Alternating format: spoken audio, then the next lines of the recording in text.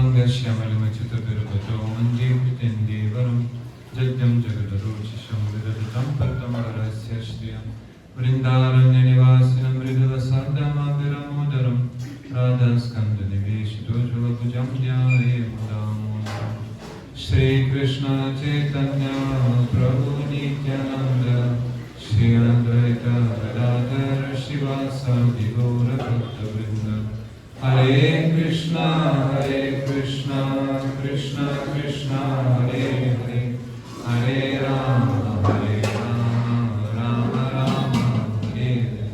First of all, my name is Dandava Pranam Srila Shiva Gurudev Nitila Pravishta Om Vishnupada Sutra Satya Shrimad Bhaktivedanta Narayana Goswami Maharaj Shri Gurudeva Om Vishnupada Sutra Satya Shrimad Bhaktivedanta Madhusudan Goswami Maharaj Shrimati Krishna Priyata Purani Rupanova Gaudiya Guru Varda Shri Satyavrata Muni, the author, Shri Sanatana Goswami Pad, the commentator, all Vaishnavas and Vaishnavis, Pujapata Madan Maharaj, Dandavat Pranam. So, tomorrow, on the day of Deepavali, Kartika will be facing its half. So, we've almost made it. So, we're hearing Damodarashtaka in the mornings, very wonderful Leelas, which Madhusudan Maharaj was telling the day before yesterday. Iti driksvalila bhirananda kunde svagosham nimajjantam akyapayantam Tudeshita geshu bhaktar jitakram guna prematastam shatavyattivande.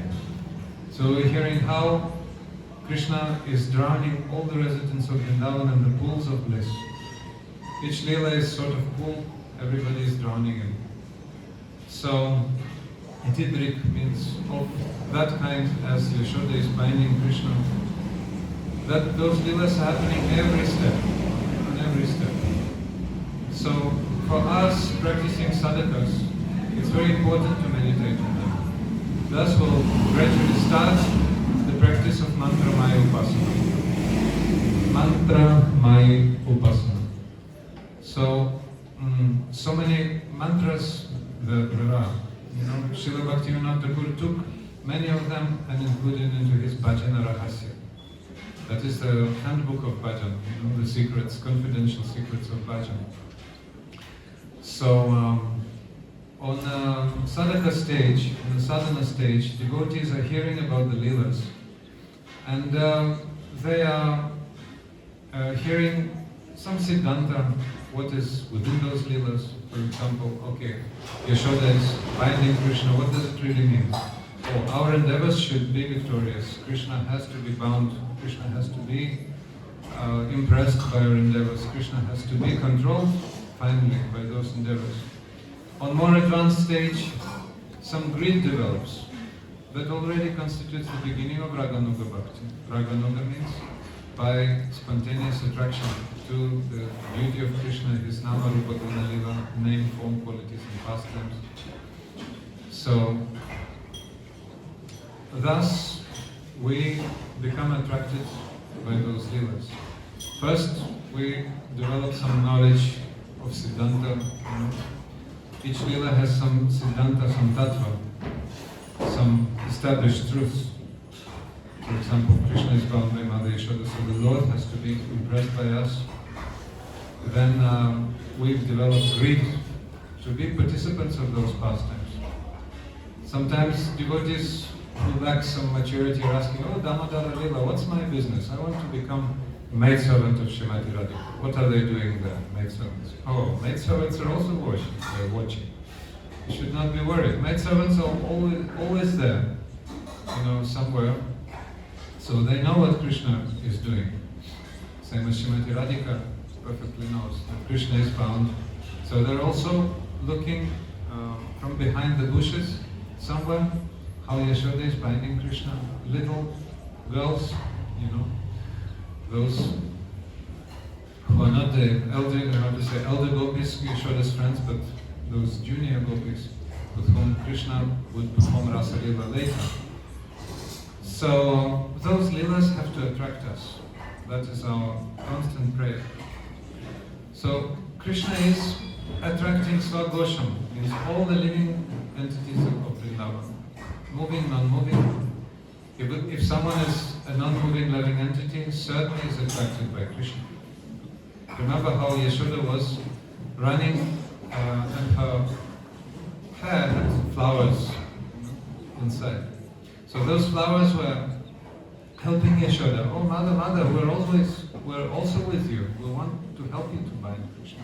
So they're never neutral. They're never, how to say, lacking relationship. They're always in relationship.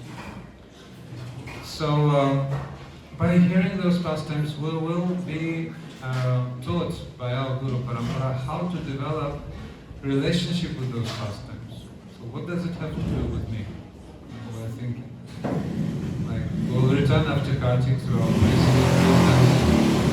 and we'll be thinking, oh, what are those pastimes really about? What relation do they have with our daily life? Like, I go to the office, I go to the bank, I support my business, I support my family, like this. So those pastimes. Often devotees get lost. They don't really imagine how to relate to those pastimes, how to join the reality of those pastimes in our daily life. So material life, so-called material life, and spiritual life. So okay, we come to Raj and we do spiritual life. Then we go to our places of our pastimes, material pastimes, and we do material life. Actually, that mentality is faulty. That mentality is mistaken. It should not be there. Actually, our so-called material life is a necessary part of our spiritual life. It's like a practical application of spiritual principles we cultivate. So we go to the office, we look after the children, we go banking, we go shopping, we go this, that, and that is actually our bhajan, parts of our bhajan. Well, but what if my occupational duties have nothing to do with Krishna? All my studies especially.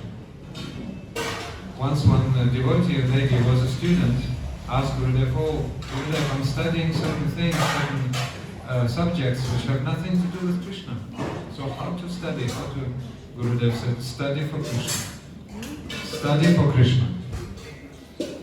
So, but if I study mechanics, if I study, management, if I study, certain things which, or literature, which has no relation with Krishna, how to relate it with Krishna?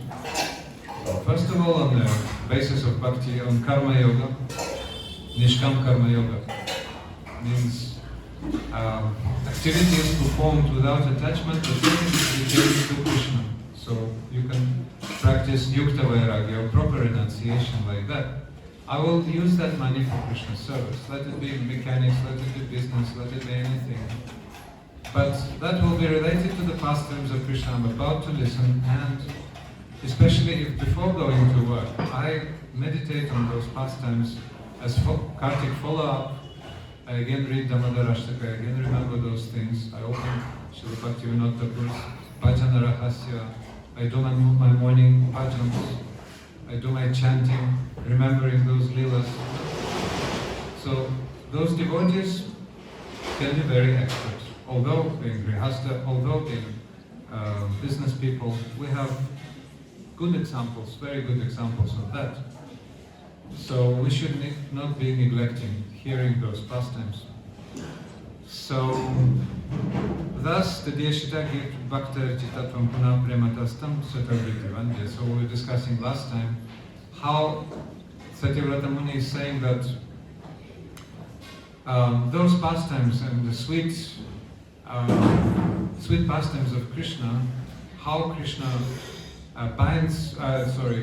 is bound by Yashoda and many others, are the signal to those established in Aishwarya Gyan, to those devotees established in the knowledge of Bhagavan's awe and reverence, and what to speak of impersonalists, certainly, who are meditating on, Maharaj was speaking of 2 ways, Brahma, on the impersonal absolute. So, that he can be controlled only by loving devotion. So that is our goal, that is the general goal, like a red line. We want Krishna to be controlled by love. Srila Bhaktisiddhanta Saraswati Prabhupada was saying, don't try to see Krishna. Gopis want to see Paramatma, and melt with it, as Maharaj was speaking. Or devotees come to Arati and want to see Krishna. Oh Krishna, please bestow your darshan upon me. That is good, but better if first we are eager to be noticed by Krishna. So Srila Prabhupada Bhaktisiddhanta Saraswati Thakur is saying, don't try to see Krishna, try so that Krishna can see you. So we're praying in Mangalarati Shubha Drishtikara Prabhu Jagatera Prati Sumangalarati. So please notice my devotion and please bestow your Sumangalarati, your benevolent glance, so that my mood becomes devotional. Please bestow me the treasure of your rati, so that I can become the recipient of your mercy. That is the main mood that have to be cultivated. So there were some pastimes of Krishna. Maharaj told so many day before yesterday, but I think there was some didn't mention. Very joyfully we'll be hearing again. So Krishna was growing up a little bit. First he was crawling, then he was able to walk in the courtyard. As far as he started to walk, then he became very interested. What is around? What is around? Oh, some living entities are around. Oh, some puppies. Oh, let's make friends with them. I want to make friends with them. So Krishna had these pet puppies, and every living entity he was meeting, he was playing with. Oh, little caterpillar, little bug, little... what's that? Krishna likes butterflies. You must have seen the picture of Krishna with butterfly, the famous one sitting on his flute. So Krishna makes friends with them. Lisa, that when coward boys become more older in age, they become imitating. They start imitating the sounds of different living entities. Frogs, jumping like frogs. They, peacocks, yeah. And many other sounds they imitate. There are very wonderful sounds like peacocks, and there are some nastier sounds like crows or frogs. And anyway, everyone they imitate. So they make fun of that, and they laugh. So the forests of Vrindavan echo that laughter, melodious like sound of the jingle bells, the bells decorating the feet. So Krishna and Balaram like strolling everywhere, going here, going there, like little children. And they're like swinging to and fro on the horns of bulls, like this. It's another pastime. Or they want to pick flowers. So one thorny tree had red flowers, very attractive, in berry. Attractive red flowers. So Krishna and Balaram went into the thorns very carefully, not to cut themselves, but they were picking those flowers. But first they had to make their way inside. It was like a round inside the bush. So they went inside the bush and there were some flowers. They were picking flowers, very attractive flowers. But then the bushy circle got closed. So they got caught inside. So they were really crying, Ma, we're caught, please save us, save us. So then mother came and the seniors came and they took some, firm things in order to open that thorny circle, and Krishna and Balaram were released like this. Once Mother Yashoda told Krishna, oh, bring that calf, we want to make Gopuja. Day after tomorrow we'll have Gopuja here. The real cow will come. Maharaj will be doing Gopuja. But Mother Yashoda wanted a calf, to be brought by Krishna, because Krishna was so small. And there was first Gopashtami, when Krishna was allowed to graze cows. And the second Gopashtami was when Krishna was allowed to graze grown-up cows. So, yes, bring that calf here. And calves are quite big, actually. And they have also quite solid sounds. Little calves, baby calves. Yes, somebody who can make some competition later. Right? So Krishna was bringing that calf, and on the way he noticed something which made his mouth salivating. He noticed suspended on the lower than the ceiling, at the ceiling suspended a pot of butter. Yes. Oh yeah. Here it is. So Krishna used the calf as a stand, to stand upon, because there was no other object nearby. So he stood on that calf, and the calf, living entity. So living entity is not meant to stand all the time, obviously. So the calf started moving here and there, and Krishna took that butter already, and the calf started moving. Hey, stop, where are you going? Well, the calf went his own way, because, every living entity has independence, isn't it? Especially the residents of Braj and the calves of Braj, so what to speak. So he went on, and Krishna became helpless, baseless, the rope, the only shelter. So Krishna caught into the rope and was hanging, suspended like this. Ma, again, helpless. So mother came, you butter thief again? I caught you red-handed. What kind of behavior is this? What example are you giving to your peers, who want you to become a real continuer of our dynasty tradition?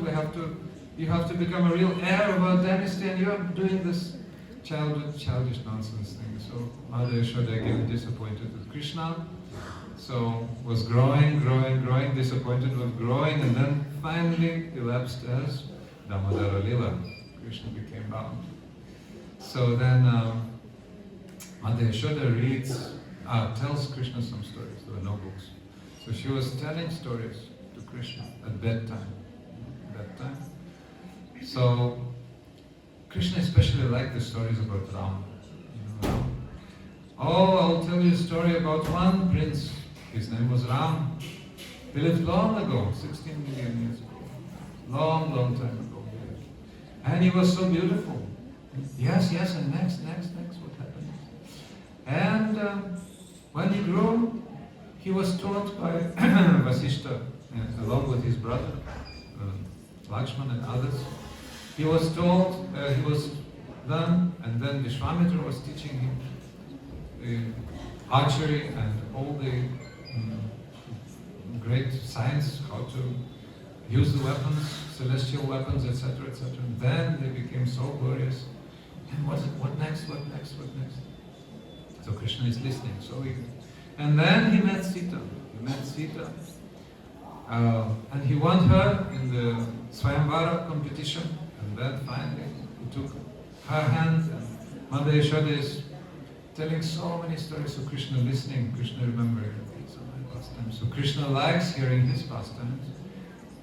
That is a proof that the best hearer of his own pastimes is Krishna. Vedanta Krit, Vedavid, Eva Chaham. I'm compiler of Vedanta and I'm the best knower of Vedanta. He's saying in Bhagavad Gita in that verse. So this example is a practical application. Krishna is really the best hearer of Vedanta, best knower of Vedanta, best relisher of Vedanta. He knows all the imports of Vedanta, but he's silent as a child, not silent as, what next?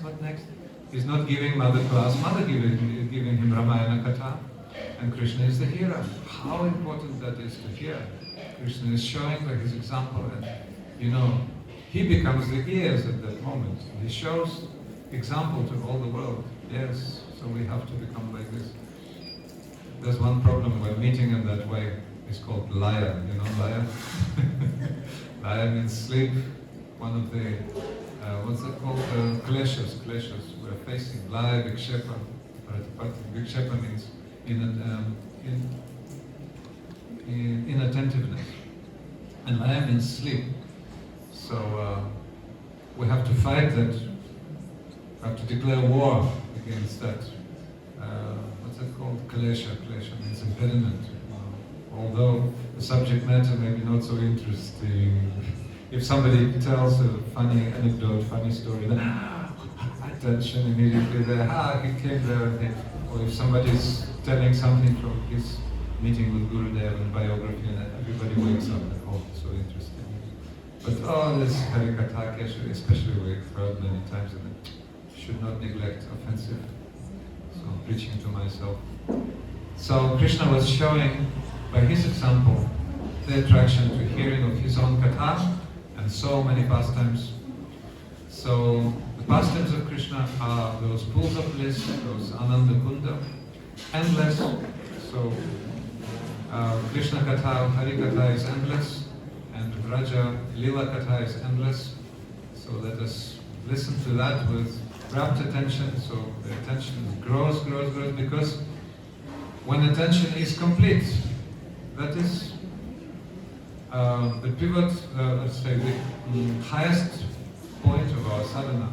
It brings us to the level of constant remembrance of the Leelas. That is called bhava. So Mantramaya Upasana will become Swarasiki Upasana, or constant remembrance of Krishna's Leela with participation in them, coming from Leela to Leela. That is the advanced stage, very mature stage. So please use the tissue, and Maharaj is like, Nitai Gaur Premanande, Shri Damodara